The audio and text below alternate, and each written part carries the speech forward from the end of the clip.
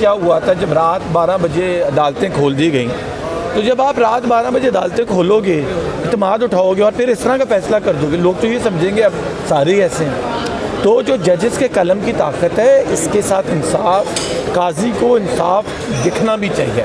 लिहाजा मुझे तो लगता है कि फैसला एक टोटल इसका कोई मतलब इलेक्शन हो रही है, उसका वेट नहीं था कर लेना चाहिए, उसके बाद अगर ये होता।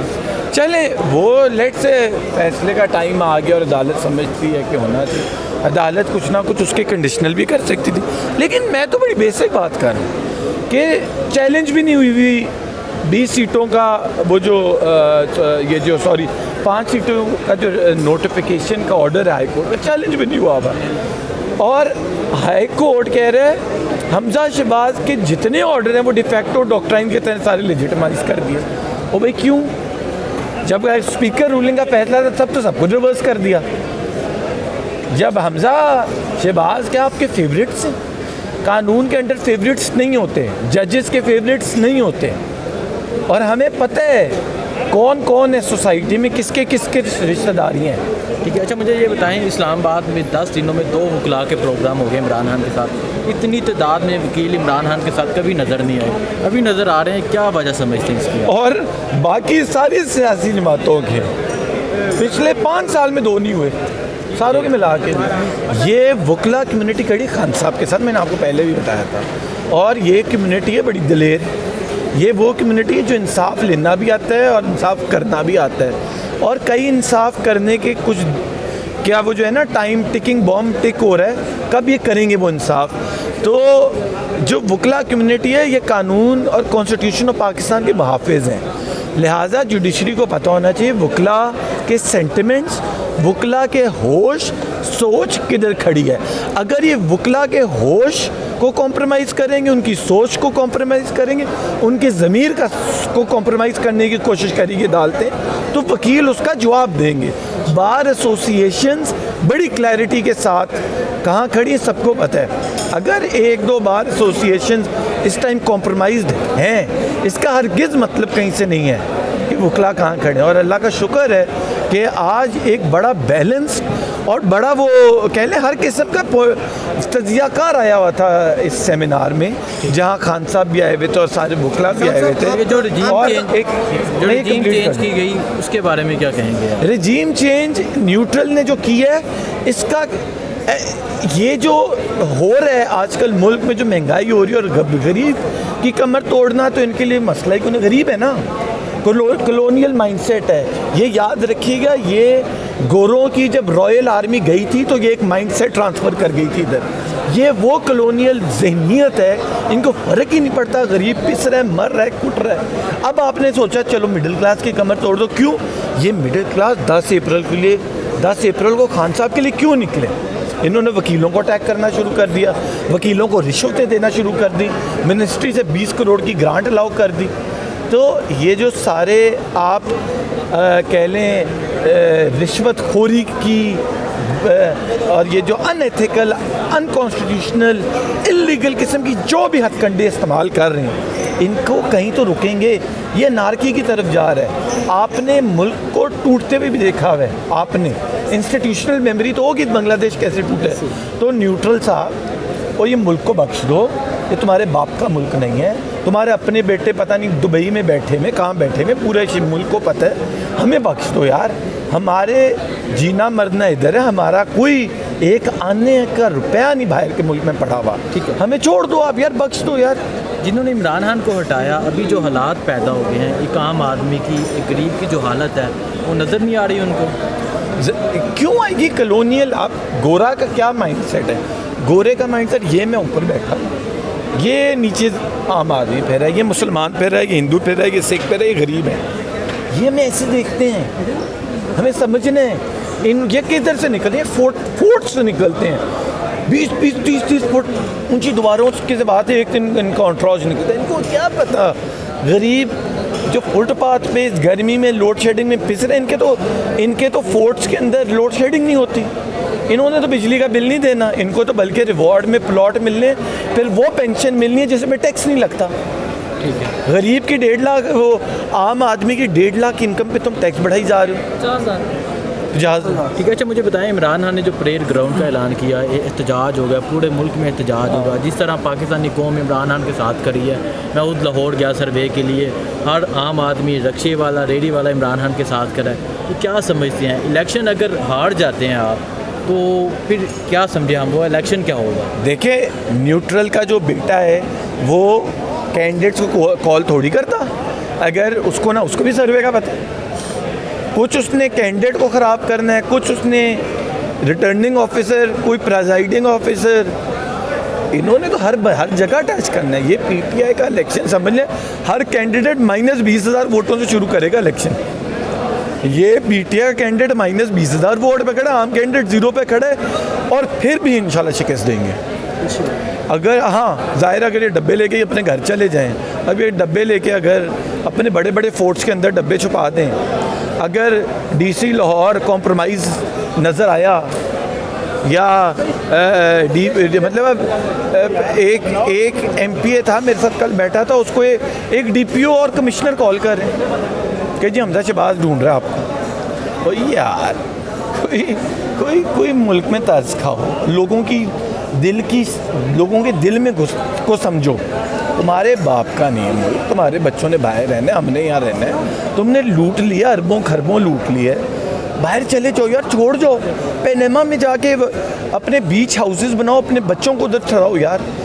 यहाँ के लोगों को बख्श दो। अदालतें भी थोड़ी ठंडी हैं, थोड़ी नहीं बहुत ज़्यादा ठंडी है, ऐसे मैं क्यों इतना डिप्लोमेटिक हूँ। रिट पड़ी इस्लामाबाद हाई कोर्ट में भी पड़ी, लाहौर हाई कोर्ट में भी पड़ी है कि ये जो 17 मुकदमे तो खाली इमरान खान साहब पे बना दिए। शफकत महमूद पे मुकदमा बना हुआ, एक ही टाइम एक ही वक्त का मुकदमा बना हुआ इस्लामाबाद भी और लाहौर में भी। यास्मीन राशिद कैंसर की पेशेंट, उसको नहीं छोड़ा। 5 दहशतगर्दी के मुकदमे मेरे पे। अच्छा मुझे बताएं, आप पे मुकदमा, मुराद सईद पे मुकदमा, शफकत महमूद पे मुकदमा, डॉक्टर यास्मीन राशिद पे मुकदमा और दहशतगर्दी के मुकदमे, क्या ये सब दहशतगर्द हैं?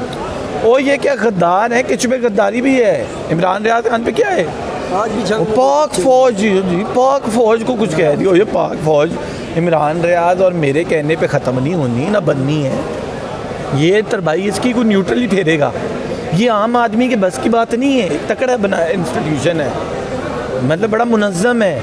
हमारी कौम हर साल इनको अरबों रुपए देती है, इसको तकड़ा किया गया है कौम के खून पसीने से, खून से। तो ये हमारी उससे नहीं जाना। ये सेक्शन 505 का जो गलीज़ बेशर्मी से इस्तेमाल हो रहा है, मान मज़ारी वाले फ़ैसले को समझ लो, मुँह पे चुपेट थी आप लोगों के कि एक वो उस एडवोकेट जनरल को शर्म आनी चाहिए। तुमने जाके एक नहती लड़की जिसकी माँ पकड़ ली और परेशानी में बात कर गई, उस पर तुमने, एक शख्स का मुल्क नहीं है, एक न्यूट्रल या एक जज का मुल्क नहीं है, ठीक है, ये सबका मुल्क है इंशाल्लाह। आपका ताल्लुक भी लाहौर से है, डॉक्टर यास्मीन राशिद ने एक नाम भी लिया है, तो क्या वाकई रिगिंग का पूरा प्लान बनाया हुआ इन्होंने? जाहिर है कॉलें आ रही कैंडिडेट्स को यार। अभी ज़िमनी इलेक्शन पे 20 ज़िमनी इलेक्शन है, तो क्या मतलब इलेक्शन कमीशन मिला हुआ है किस तरह? जीतेंगे इंशाल्लाह, जीतेंगे। -20,000 से शुरू कर रहे हैं। उसको जो फ़ोन कर रहा है उसको भी पता है, जाहिर है सबको पता है वो किसका बेस्ट फ्रेंड है, किसका यार है, किसका दोस्त है। उसको चाहिए वो ऐसे कदम ले कि पीटीआई खुद के यार वो जेन्युइन न्यूट्रल है। वो वाला न्यूट्रल नहीं जो इंस्टीट्यूशन की तबाही फेरता है, जो मुल्क की तबाही फेरता है। हनी ट्रैप का आजकल बड़ा जिक्र किया जा रहा है। चीफ इलेक्शन कमीशन को क्या समझते हैं कि हनी ट्रैप किया जा रहा है? चीफ इलेक्शन कमिश्नर है क्या 2 नंबर आदमी? राजा सिकंदर की बात कर रहे हैं? जी। आप मुझे एक बात बताएं, राजा सिकंदर भी कोई बंदा है? वो इंसान है, वो 2 नंबर आदमी है, कंट्रोवर्शियल आदमी है, पाकिस्तान बेच रहा है। उसका तो बंदे को पता कराना चाहिए, कोई और हैंडलर्स तो नहीं है उसके पीछे। हमें तो क्वेश्चंस रेज हो रहे हैं। IBIS और MI को उस पर इन्वेस्टिगेट करना चाहिए, इस बंदे के पीछे कौन है, इसके पुर्जे ला रहा है। कहाँ जो दौलत घर में बन रही है उसका मुंह खुल जाएंगे सबके। खुद ही इज्जत से रिज़ाइन करके चला जाए यार। हसन भाई, आप नहीं समझते कि पूरा इदारा कंट्रोवर्शियल हो रहा है? जो बयानियाँ बनाया हुआ है, या जिस तरह भी अब आवाम तक आपकी बातें सारी पहुँच रही हैं, पूरे इदारे को नुकसान। बात बताएं, बयानिया कौन सा है? जब प्रेसिडेंट ने रिक्वेस्ट की कि इलेक्शन कराओ, कहता है इलेक्शन नहीं करा सकता। क्यों नहीं करा सकते? तुम्हारा और काम क्या है? तुम्हारा काम क्या कहते हैं, क्या कहते हैं, बड़े बड़े ग्रोसरी स्टोर बनाने, किसी का मुंह खुल जाएगा। राजा साहब, सारों को पता है आपके घर में लेफ़्ट राइट क्या हो रहा है। इस मुल्क का सौदा कर रही हैं और लोग मुंह तोड़ जवाब देंगे, लोग गिरबान पकड़ लेंगे। मुल्क का सौदा ना करें, फ्री फेयर इलेक्शन होने दें। आपका भी ये मुल्क है, आपने अभी भी, मेरा ख्याल है शायद आपकी जो भी 2 नंबरी हैं वो मुल्क के अंदर ही हैं, तो लिहाजा अभी भी आपका ही मुल्क है। आप ना मुल्कों का सौदा करें। हमारा मसला ये है कि अलमिया ये है कि लगता ये है कि सिंध में इलेक्शन हुआ है, ऐसा इलेक्शन होता है यार। आपने उस इलेक्शन के बाद इलेक्शन कमीशन की खामोशी, आप खान साहब के ख़िलाफ़ फ़ाइन देते फिर रहे हैं कि खान साहब ने कैंपेन में हिस्सा क्यों किया, लेकिन 20 के 20 हलकों में डेवलपमेंट बजट लग रहा है। तो ये वो चीज़ें हैं जो क्वेश्चन मार्क रेस करती हैं इलेक्शन कमीशन पे।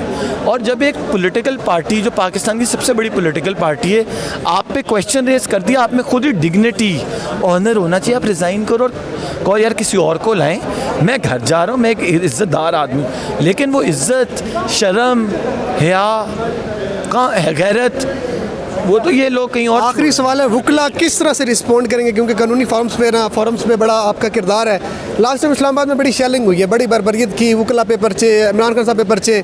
किस तरह से वकला की तहरीक को देखते हैं? जिस तरह जजेस बहाली में वकला ने बड़ी तहरीक चलाई, क्या लगता है कि इस बार वो तहरीक में दमखम होगा? देखिए, बिल्कुल होगा और है। वकील हर फ्रंट पे अदालत में लड़ रहे हैं। 70 FIRs की हेयरिंग होती है, आपको पता है। जबकि खान साहब अब 6 को जाएंगे ना, उस दिन 50-60 बेलें लगती हैं। लाहौर में भी इसी तरह 70-80 बेलें लगती हैं दहशत गर्दी के केसों की।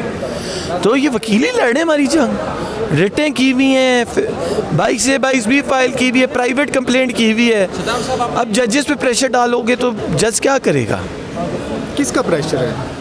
न्यूट्रल का। और इमरान खान साहब तो कहते हैं कि अदालतें आज़ाद हैं, तो क्या है? नहीं, आज़ाद है, आज़ाद है। सुने, वो तो फैसला कोई फैसला नहीं है ना यार, ये फैसला है कोई।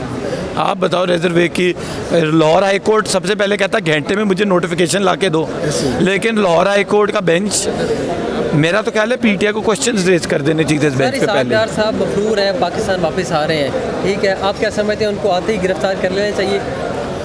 यार गिरफ्तार करके भी उसको जाती उम्र में रात रख देना। आप और मैं कहेंगे वाह वाह जेल में, क्या यार।